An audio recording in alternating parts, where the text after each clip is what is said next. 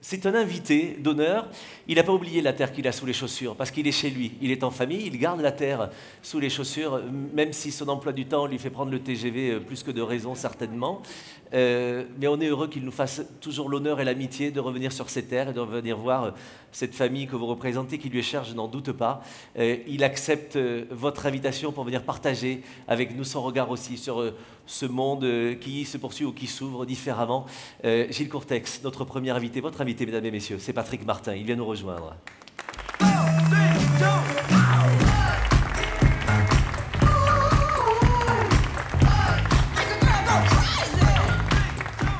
Les deux présidents, Gilles, on est d'accord, il est un peu à la maison, il a la terre, il ne s'essuie surtout pas les pieds. Et on lui souhaite la bienvenue. T'es propre, t'as les chaussures propres. Ouais, jusque-là, oui. Non, puis il sait tout l'amitié que je lui porte, on se connaît depuis longtemps. Ouais.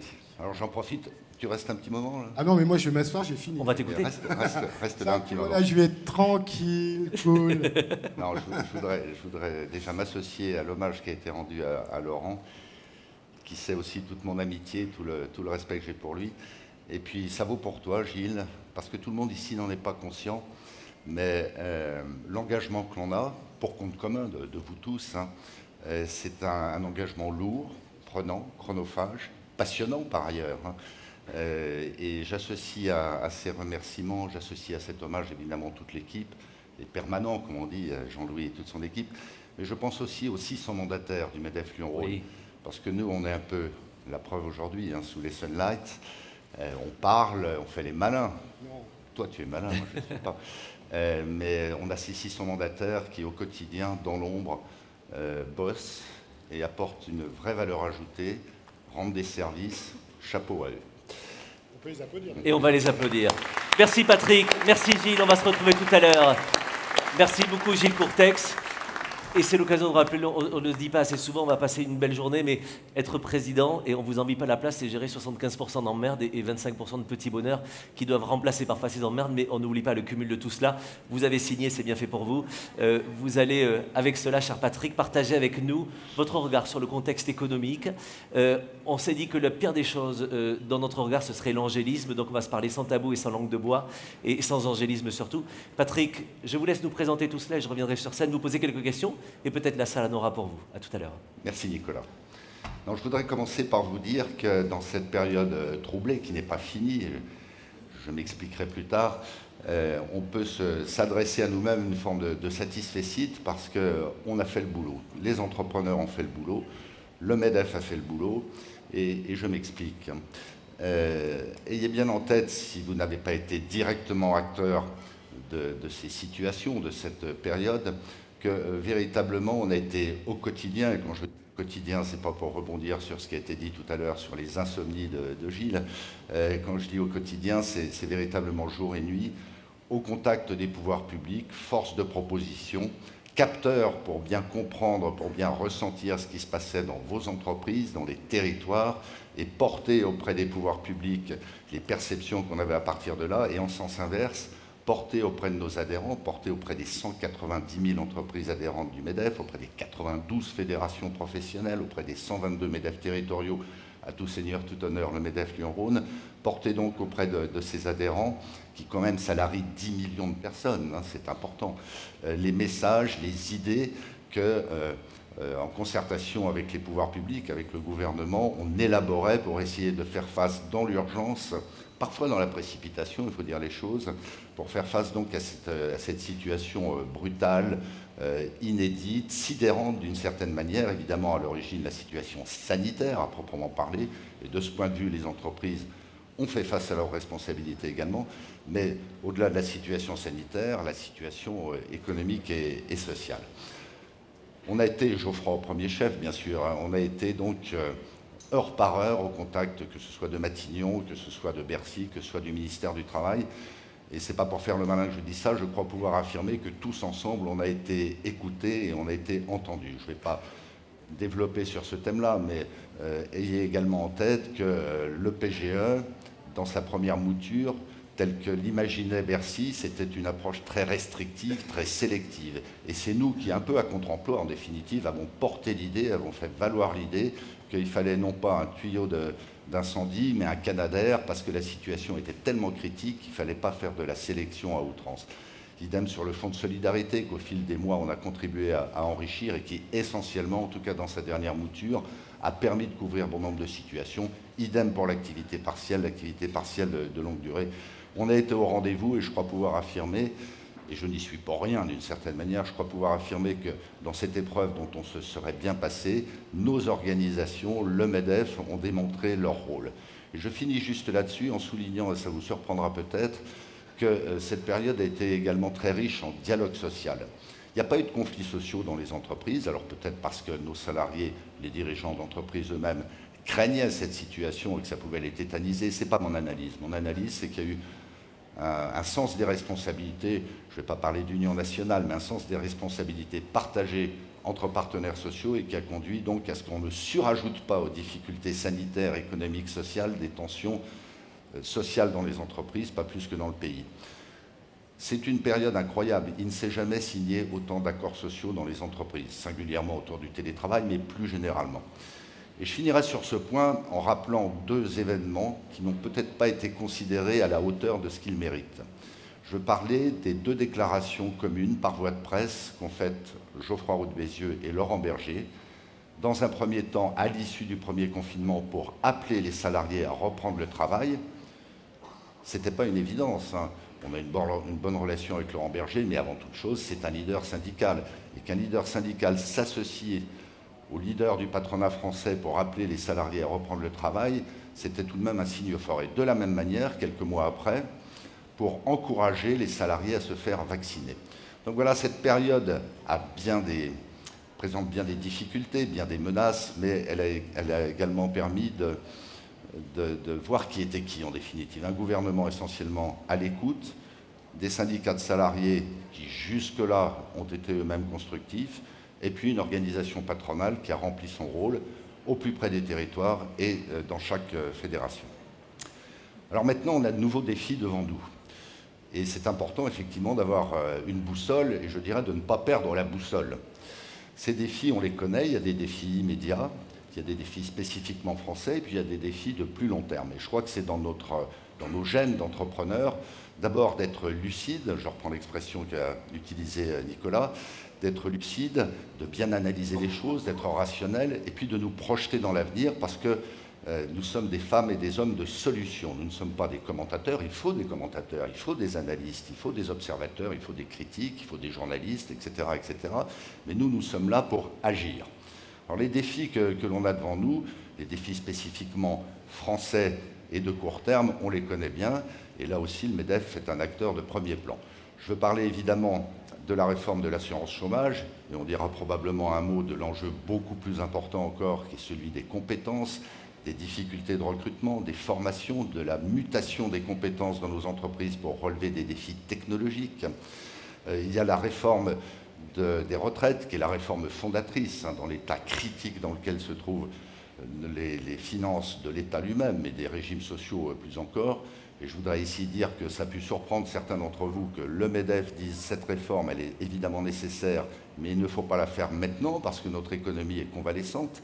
Elle est singulièrement convalescente dans certains secteurs d'activité tels que le commerce, la restauration, l'hôtellerie, en tout cas certaines entreprises de la restauration et de l'hôtellerie, et on ne peut pas s'offrir, entre guillemets, de nouveaux conflits sociaux, de nouvelles grèves, de nouveaux jours de blocage les samedis singulièrement, comme on a pu en connaître précédemment et très douloureusement avec les Gilets jaunes, avec la première tentative de réforme des retraites.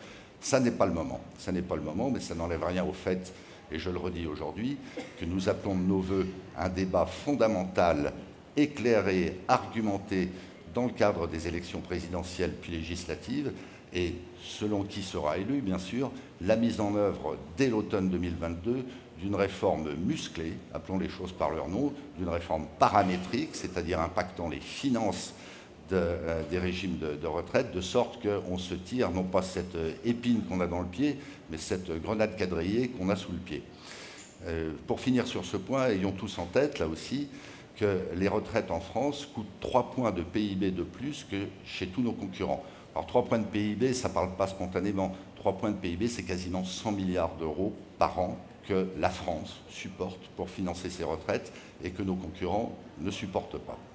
Voilà donc quelques-uns des sujets que l'on a devant nous, assez spécifiquement français, avec, j'allais dire, une saveur particulière en France, je le redis, compte tenu de l'état de délabrement des finances publiques, et ce qui se profile dans le cadre du budget 2022 n'est pas très rassurant, avec des zones d'ombre importantes, un déficit très important. La France fait en 2022 comme en 2021 le premier émetteur mondial de dette publique, et tout ça, ce ne sont pas des cadeaux qu'on fait à nos enfants.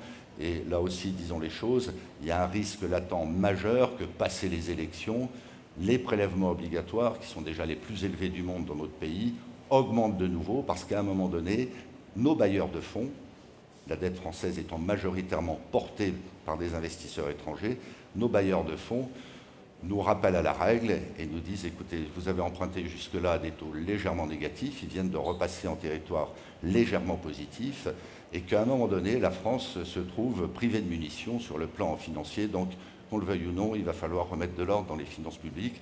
C'est ce que Geoffroy, dans son discours inaugural de la REF, qui était un succès magnifique, a décrit en disant « il faut que la rivière rentre dans son lit ». On a soutenu massivement, on a été initiateur dans une bonne mesure, les mesures de soutien qui étaient indispensables et qui ont donné des résultats, puisque l'appareil productif, l'emploi ont été préservés en France.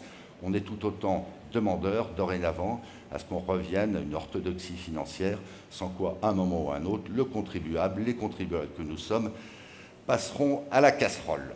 Et puis il y a des défis qui sont finalement plus importants, qui sont assez exaltants, mais qu'il faut appréhender là aussi avec beaucoup de lucidité, beaucoup de détermination et au final avec beaucoup d'enthousiasme. Je vais évidemment parler en toute priorité du défi environnemental, la transition écologique.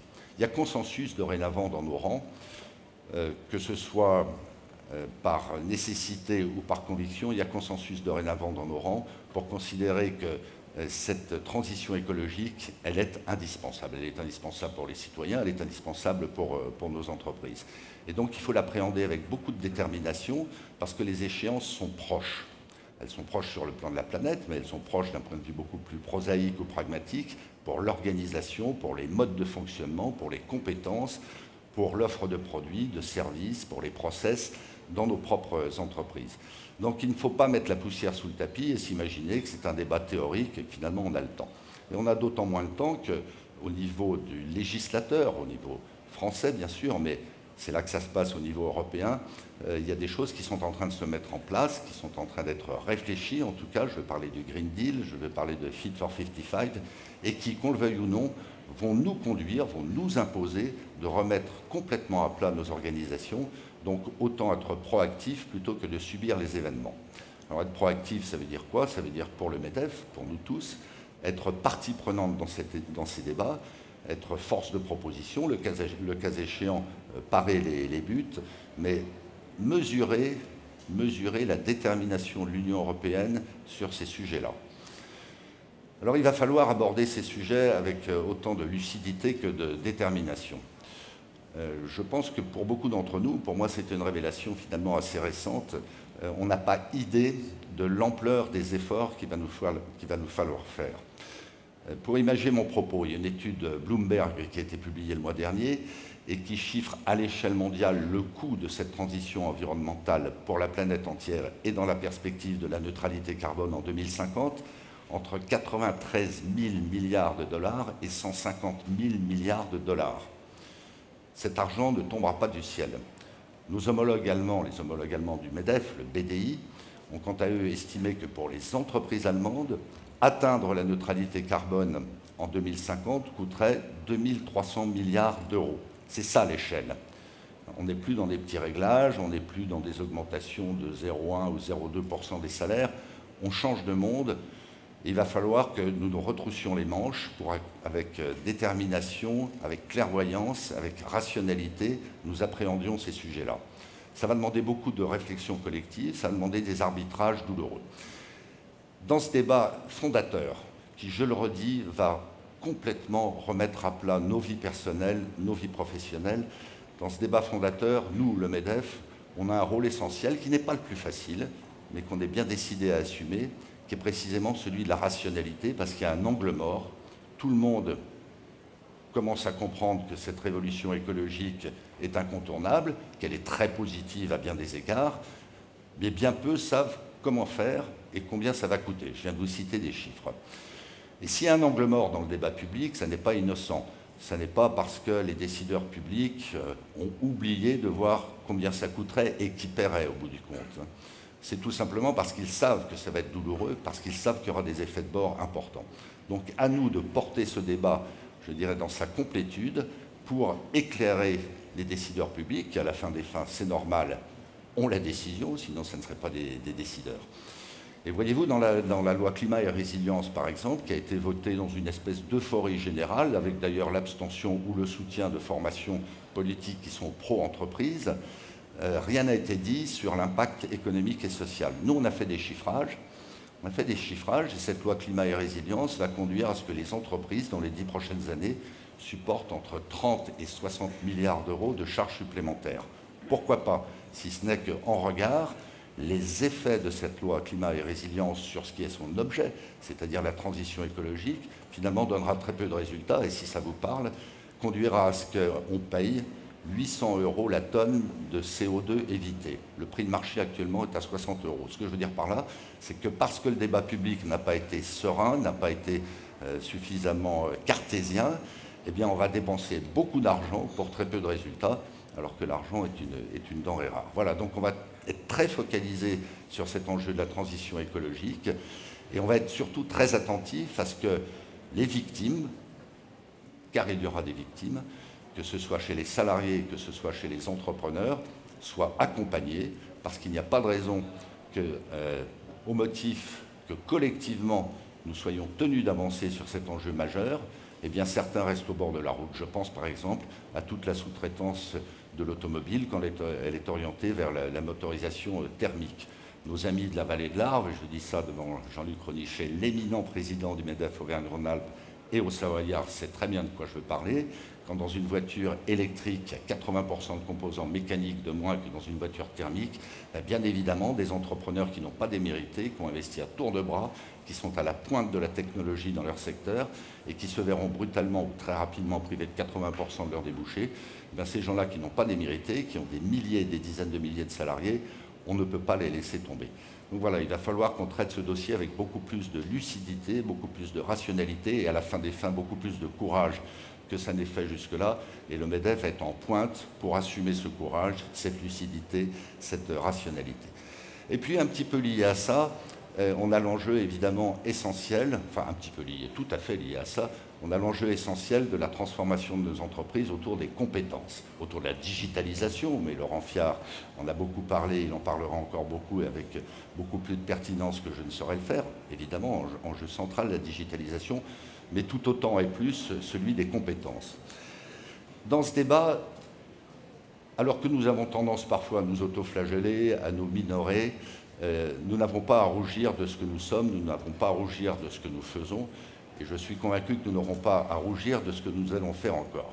Je vous cite juste un chiffre, je ne sais pas si vous l'avez relevé, il y a eu dans Le Point il y a 10 jours la publication d'un sondage IFOP sur les attentes des jeunes. Alors par jeunes, ce sondage entend les 18-30 ans. C'est là que je me sens très vieux. Eh bien, les 18-30 ans, à 80%, font confiance à l'entreprise. Ça nous honore, mais ça nous oblige dans le même temps. Mais c'est très encourageant. Ça veut dire que d'une manière générale, et singulièrement chez les jeunes, les regards sont tournés vers l'entreprise. Ils le sont un peu par défaut, c'est-à-dire que la confiance qu'ont les mêmes dans la sphère publique s'est considérablement dégradée et il n'y a vraiment pas lieu de s'en réjouir, parce que ce combat, il faut que nous le menions collectivement et les entreprises à elles seules ne pourront pas tout supporter. Il n'en demeure pas moins que les jeunes attendent beaucoup de nous.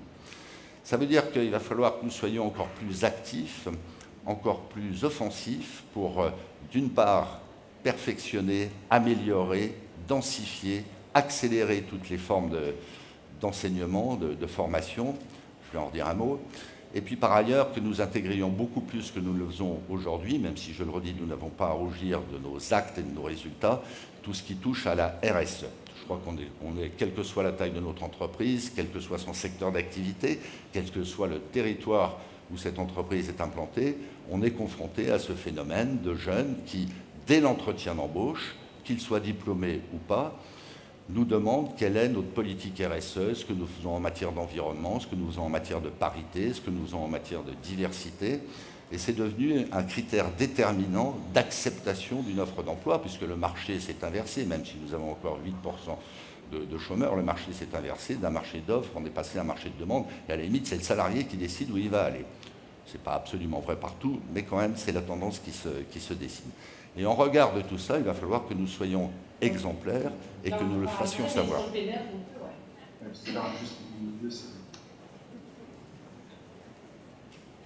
C'est parasité. Là aussi, je crois que nos organisations, le MEDEF, ont un rôle important. Et moi, je veux dire une chose un peu personnelle. Je consacre 80% de mon temps au MEDEF, comme chacun d'entre nous bénévolement. Et dans mon entreprise, on me dit, mais vous perdez votre temps là-bas. Non. Je pense que si je n'étais pas au MEDEF, si nous n'étions pas au MEDEF, ces partages d'expérience, ce benchmark, ce collectif qui nous permet d'ouvrir les yeux, qui nous permet de grandir, qui nous permet d'observer, de prendre en compte des idées qu'on n'aurait pas eues soi-même de son côté, dans son couloir de nage avec ses œillères, tout ça est incroyablement stimulant, incroyablement enrichissant. Et voilà, il va falloir qu'on avance résolument sur ces sujets-là, et soyez assurés que nous serons là aussi force de proposition, avec la légitimité, je le rappelle, qui est celle que la confiance que nos concitoyens d'une manière générale, que les jeunes en particulier, accordent à l'entreprise. Mais voilà, l'entreprise va donc se trouver au centre de beaucoup de choses. Elle va être au centre de la transition écologique, elle va être au centre de la RSE, et donc il nous appartient d'abord de faire valoir ce rôle auprès des pouvoirs publics, de sorte qu'une fois de plus, l'entreprise ne soit pas la variable d'ajustement des politiques publiques et singulièrement des politiques budgétaires. Et puis il va nous falloir être plus allant encore, il va nous falloir avoir une boussole, j'en reviens à ça, pour que nous tenions ce cap collectivement. Parce que la France, nos entreprises sont entrées dans une compétition internationale qui s'est bigrement intensifiée avec la crise du Covid, sur fond d'une situation géopolitique qui est assez préoccupante et même inquiétante à certains égards. Et je voudrais terminer là-dessus en attirant votre attention sur la symbolique de cette sombre affaire des sous-marins australiens. L'affaire des sous-marins australiens, c'est un peu une affaire industrielle, encore que les dommages industriels que Naval Group et ses sous-traitants vont subir seront assez limités, puisque l'affaire n'en était qu'à ses prémices. C'est surtout le symbole d'une perte d'influence de la France. Or, nous avons tous les ingrédients pour reprendre un rang important au niveau de l'Europe, au niveau du monde. Ça suppose que nos pouvoirs publics soient plus en appui des entreprises. Ce qui a été fait sur les impôts de production est un premier pas. 10 milliards de moins, on ne crache pas dessus. Moi, j'avoue que pour ma propre entreprise, je vois maintenant très précisément ce que ça coûte en moins, non pas ce que ça rapporte. Soyez convaincus qu'on va aller beaucoup plus loin. Nos demandes sont de nous aligner sur ce que supportent en moyenne nos concurrents européens, c'est-à-dire qu'il ne nous faut pas 10, mais 35 milliards d'euros de baisse des impôts de production chaque année, sans quoi on se bercera d'illusions sur la réindustrialisation, sur les relocalisations, etc., etc. Donc voilà, on a de très beaux combats devant nous, qui seront des combats difficiles, qui supposent plus que jamais que nous soyons clairvoyants, qui supposent plus que jamais que nous soyons unis et solidaires à l'intérieur du MEDEF, entre ces fédérations, entre ces territoires, bien évidemment avec nos frères, nos sœurs, les chambres de commerce. Et Philippe, on compte sur toi, parce que tu ne nous as jamais déçus, on compte sur toi pour continuer à faire un boulot formidable en étant comme les deux doigts de la main avec les organisations patronales, parce qu'en face des pouvoirs publics, ils doivent être des partenaires et certainement pas des adversaires. C'est comme ça que ça marche. Il va falloir donc que nous soyons encore plus éveillés, encore plus toniques, encore plus actifs, pour que, une fois le cap fixé, une fois la boussole magnétisée, ben nous tenions le cap, nous atteignions les objectifs. Et pour ce qui nous concerne au MEDEF avec Geoffroy, on n'est pas naïf, on n'est pas innocent, on sait qu'il y a des nuages au-dessus de nos têtes, mais on voit très bien vers où il faut aller, et on est convaincu que si on continue à réfléchir comme on le fait, à échanger comme on le fait, à porter nos messages comme on le fait, à être, selon les situations, extrêmement présents, ou très collaboratif avec les pouvoirs publics, on va y arriver. En tout cas, merci à tous pour ce que vous faites, ce que vous êtes et ce qu'on va faire encore plus demain.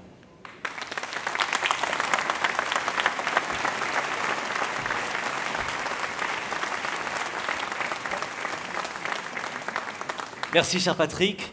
Ça fait penser au discours que vous aviez tous les deux avec Geoffroy Roux de Bézieux lors de la REF. Il y a quelques semaines, nous étions ensemble à l'hippodrome de Longchamp. Vous aviez insisté sur la vérité. Ce mot de vérité ressorti très souvent dans les discours. Pourquoi d'ailleurs aller sur ce mot de vérité? Pourquoi avoir insisté? Est-ce que ça veut dire qu'on ne nous dit pas tout, on nous cache beaucoup de choses, comme l'aurait chanté Jacques Dutronc? Je le pense en tout cas. Je le pense et ça pose un problème de principe, mais bien au-delà de ça, ça pose un problème très concret. On ne peut pas s'empêcher de penser que le taux d'abstention aux élections politiques résulte d'une certaine manière de ce sentiment en partie fondé qu'ont les électeurs que finalement les dés sont pipés, les cartes sont biaisées, qu'on ne leur dit pas tout. Et on a un impérieux devoir de transparence, je reprends l'expression de rationalité, de courage et d'honnêteté.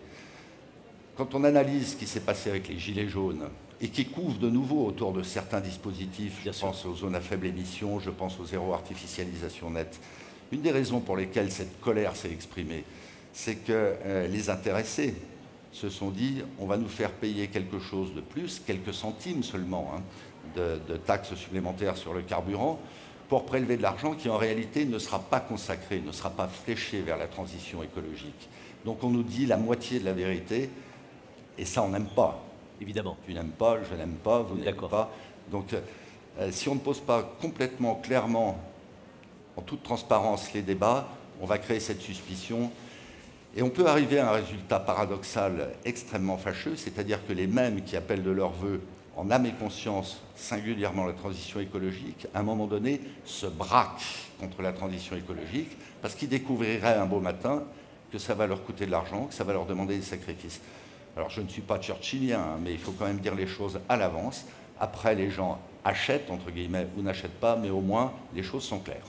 Et on en revient, pas d'angélisme de tous les côtés, il va falloir se dire cette vérité. La vérité, elle est aussi dans les propos du ministre de l'économie, quand Bruno Le Maire parle sans tabou de l'augmentation des salaires, et que Geoffroy Roux de Bézieux, toi aussi, vous en parlez aussi sans tabou. On en parle sans tabou, alors on en parle sans tabou, mais je dirais avec une légitimité que n'a pas le ministre des Finances. Évidemment. Parce que c'est une posture politique, enfin jusqu'à preuve du contraire, ce n'est pas lui qui paye les salaires de nos salariés, et juridiquement, il n'a aucun droit à se prononcer sur ce que les branches, dans le cadre des conventions collectives, ce que les chefs d'entreprise, dans le cadre des NAO, doivent négocier. C'est un peu facile, l'argent des autres est toujours bon marché. C'est sûr. Voilà. Il n'en meurt pas moins qu'il y a au cas par cas des problèmes de salaire, avec une vraie difficulté, parce que ces problèmes de salaire, je pense en particulier aux salariés dits de la deuxième ligne, ces problèmes de salaire peuvent exister dans des métiers où les marges sont très courtes, la propreté, la sécurité, l'aide à la personne, d'ailleurs des métiers qui recrutent par ailleurs.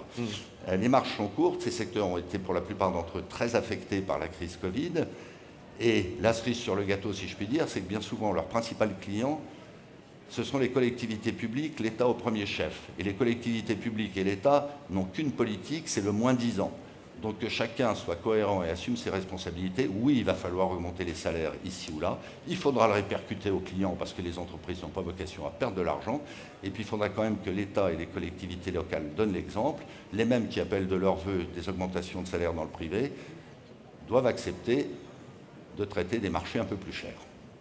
Et on est bien d'accord, il faut aussi se parler dans ce langage de vérité. Justement, on parle beaucoup d'argent parce que ça ne tombe pas du ciel, mais celui que l'on a eu pendant la crise avec les PGE était essentiel pour aider, on le voit pour beaucoup d'entreprises. Le flip maintenant, c'est de se dire, quand est-ce que je vais le rembourser? Est-ce qu'on pourrait presque demander d'effacer finalement ces PGE? Il y a des demandes un peu de tous les côtés. La position du MEDEF, c'est laquelle? L'analyse du MEDEF déjà, et ça aussi je sais que ça peut surprendre, voire choquer, c'est que la casse sera très limitée. Et là, je vais choquer, au-delà même, je vais provoquer. Il faut qu'il y ait de la casse.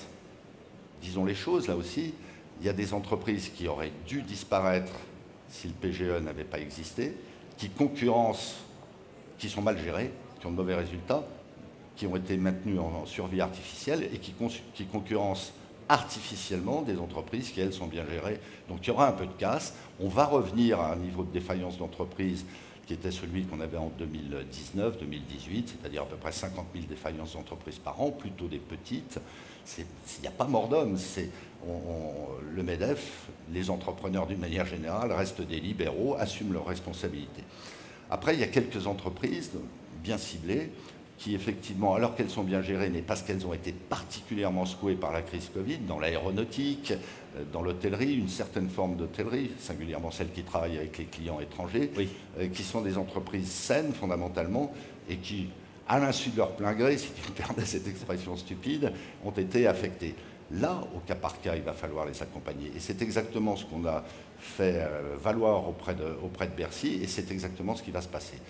Sur le remboursement des PGE, on n'est pas plus inquiet que ça. Il y aura de l'ordre de 3-4% des entreprises qui seront en difficulté. Je le redis, il y en a qui passeront à la trappe. Dommage, mais c'est ainsi. Et il y en a d'autres qu'on va soutenir. Merci de le dire de manière aussi cash. On va terminer ensemble. Cette Odyssée est un rendez-vous formidable chaque année pour faire l'état des lieux, mais aussi regarder ensemble vers l'avenir. La journée est intitulée Boussole, aujourd'hui autour de l'Odyssée, pour décrypter des signaux pour apprivoiser le futur, et, évidemment. Est-ce que l'entreprise, et le MEDEF singulièrement, permettent aussi de mieux regarder cette boussole et mieux appréhender le futur? Bien sûr, parce qu'on a une capacité collective de réflexion à l'échelle de ce qu'est le MEDEF. Je le redis, 190 000 entreprises. 92 fédérations professionnelles, c'est le commerce, c'est l'industrie, c'est les services, c'est la construction. Donc il y a une effervescence, je dirais, intellectuelle, peut-être pas exagérée non plus, hein, mais qui nous permet de dégager les grandes tendances, de voir quels sont les grands défis, et puis c'est le plus important, d'imaginer les réponses qu'on peut y apporter. Et c'est le propre de l'interpro, en définitive, de savoir croiser toutes ces expériences, toutes ces analyses, toutes ces bonnes idées. Je prends juste un exemple. Il y a des nouvelles normes de construction qui, sous inspiration écologique, pour ne pas dire écologiste, viennent d'être définies, ce qu'on appelle la RE 2020, et qui conduiront à intégrer beaucoup plus de bois. Eh bien nous, le fait qu'on associe la filière béton, la filière bois, le bâtiment, les industriels, etc., ça nous permet d'avoir une vision de ce dossier qui n'est pas anecdotique. Oui. Parce que derrière, il y a le sujet essentiel du logement de nos concitoyens. Oui. Derrière le sujet du logement de nos concitoyens, il y a les sujets du pouvoir d'achat et le sujet de l'accès à l'emploi. Eh bien voilà, le MEDEF a sur ces sujets-là une vision, une doctrine, des idées qu'il est le seul à pouvoir avoir et exprimer. Merci beaucoup Patrick. Le dernier mot, ce serait lequel? Adressé à celles et ceux avec lesquels tu as grandi, vous avez grandi ensemble au fur et à mesure et que tu as plaisir de retrouver aujourd'hui. Le mot de la fin, ce serait quoi? Le mot de la fin, c'est d'abord que j'ai beaucoup de plaisir à être là. Je ne sais pas s'il est partagé mais ça nous arrange en tout cas. À la suite de mon propos. Non, et de dire que moi je suis très positif sur ces défis qu'on a devant nous, que j'ai peut-être présenté d'une manière un peu anxiogène parce qu'à nouveau, il faut dire les choses. Enfin, si ce n'est pas nous qui relevons ces défis, personne ne le fera. Donc c'est notre intérêt, c'est notre responsabilité, j'allais dire c'est notre devoir, mais ça va être un grand bonheur d'y arriver. Et comme disait Gilles Courtex, vous allez le faire ensemble. Patrick Martin était votre invité pour cette ouverture. Merci Monsieur le Président.